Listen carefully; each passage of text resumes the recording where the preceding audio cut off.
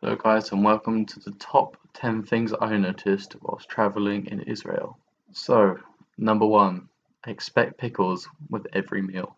One thing I noticed is that whenever you order food at a restaurant or anything, you always seem to get a side of pickles. Now, I don't really know why. Again, maybe it's just Israelis love pickles. I don't. So whenever I got them, I was like, oh shit, pickles again. Yeah, if you like pickles, then that's good for you. Then you'd love ordering food in Israel. But for me, if you got hummus, you got pickles with it. I got moussaka, I got pickles with it, and yeah, you just pickles everywhere. Number two, it's expensive. Now, I when I went to Israel, I met my friend who lives there. He is an Israeli, and one thing that when I was talking to him before I went, the thing that surprised me the most is that he told me it was expensive. And when I got there, yeah, he was right. It is pretty expensive. Obviously, as a tourist, it's not too bad if you go to the right places because if you go to certain places, it's going to be expensive as hell. Like certain restaurants and that are just really expensive. But as a resident, like if you go to the convenience store, like if you want to buy a packet of crisps or potato chips, if you're American, you're looking at about £2. I don't know what probably $2.50. I don't know how that works, but yeah, you're looking for about £2 a packet of crisps. And for me, I can go down to my local shop and get 50p. So, and yeah, although being nearby London, I know that London's really expensive too. So I would say London and Tel Aviv are very similar in that aspect, in which they are very expensive cities to live in. Number three, you will see a lot of soldiers around. Now, I'm not going to go into the political reasons why this is the case, and please, don't turn this into a political shitfest in the comments. This is just a purely educational video. Politics is for Twitter, guys. You can argue what you want about the politics of the region in a Twitter thread or somewhere or something, but I'm just giving you my observation that I saw a lot of soldiers around. A lot of them will have guns. Like when I got on the bus from Jerusalem back to Tel Aviv, like a soldier just got on the bus with his assault rifle, like just casually. Like I expect that sort of thing. That just you see a lot of soldiers around, and they will just have assault rifles on them, like, on the train, on the bus. Number four, it's not rare to see people arguing on the street.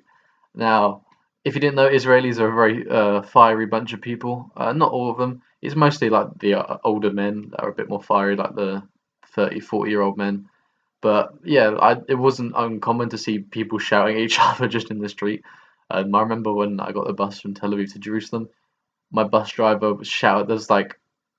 There's only like it was only room for one bus to go out of the exit, and there were two buses trying to get out at the same time, and the two bus drivers were shouting at each other for 10 minutes, even though obviously they're in the different buses, they can't even understand what each other is saying. But yeah, they were shouting at each other for a good 10 minutes.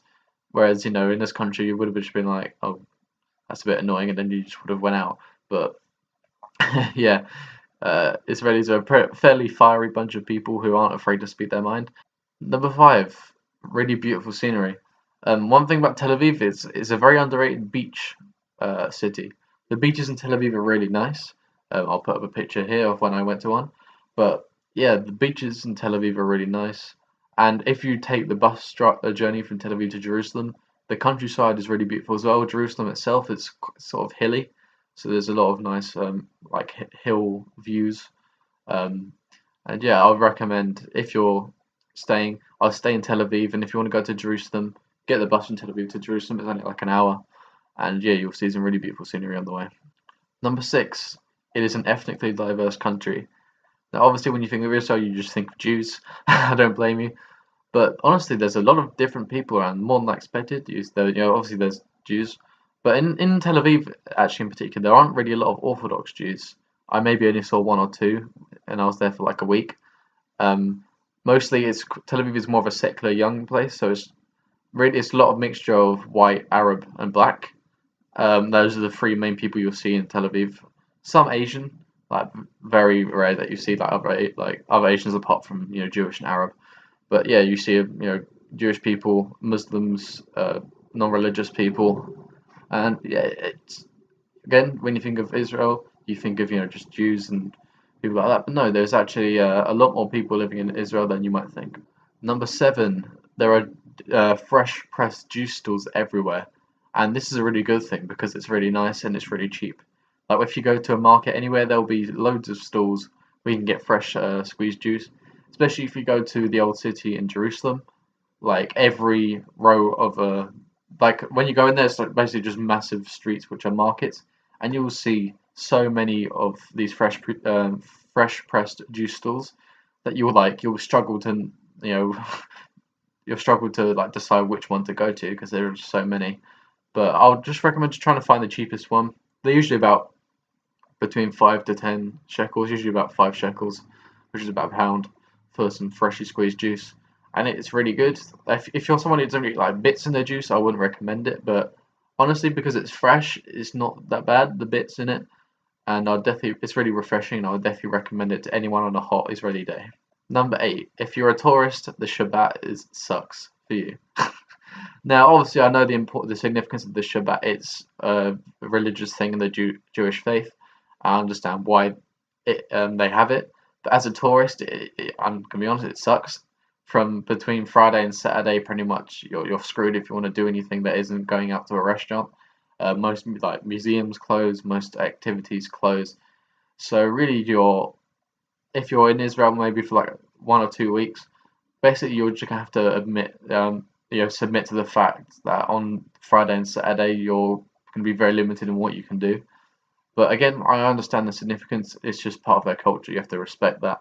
But most convenience stores are still open. Most restaurants are still open, so you can still go out to eat or whatever. It's not like everything's closed.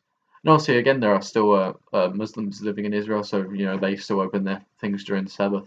So it's just how it is, and you just gotta have to accept it if you want to go to the country. Number 9, Tel Aviv is very modern. Jerusalem is very old. Now, I stayed in Tel Aviv for the duration of my journey, but I did go to Jerusalem for pretty much a full day. And one thing I noticed is Jerusalem and Tel Aviv are very different cities. Tel Aviv is very new, it's very modern, it's very hip. It's got a lot of vegan restaurants and new buildings and really innovative, cool places.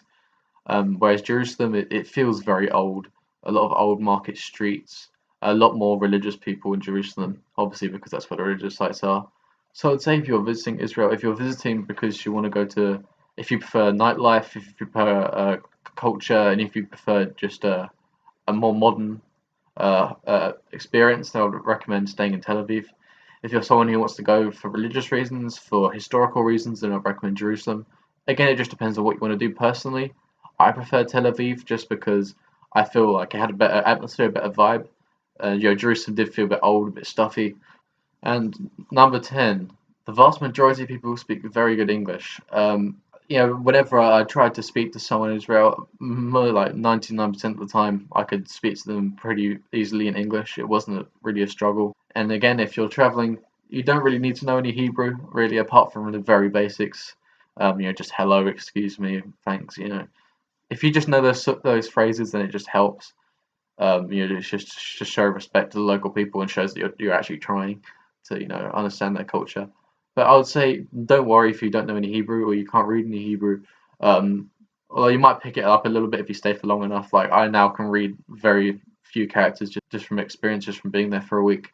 But I would say, yeah, don't worry about needing to know that much Hebrew at all. Just know the basics. When you go to any country, just know hello, yes, no, thank you, excuse me. Just those very basic phrases. That's all you need to know. That's the end of my top 10 things I noticed from traveling in Israel.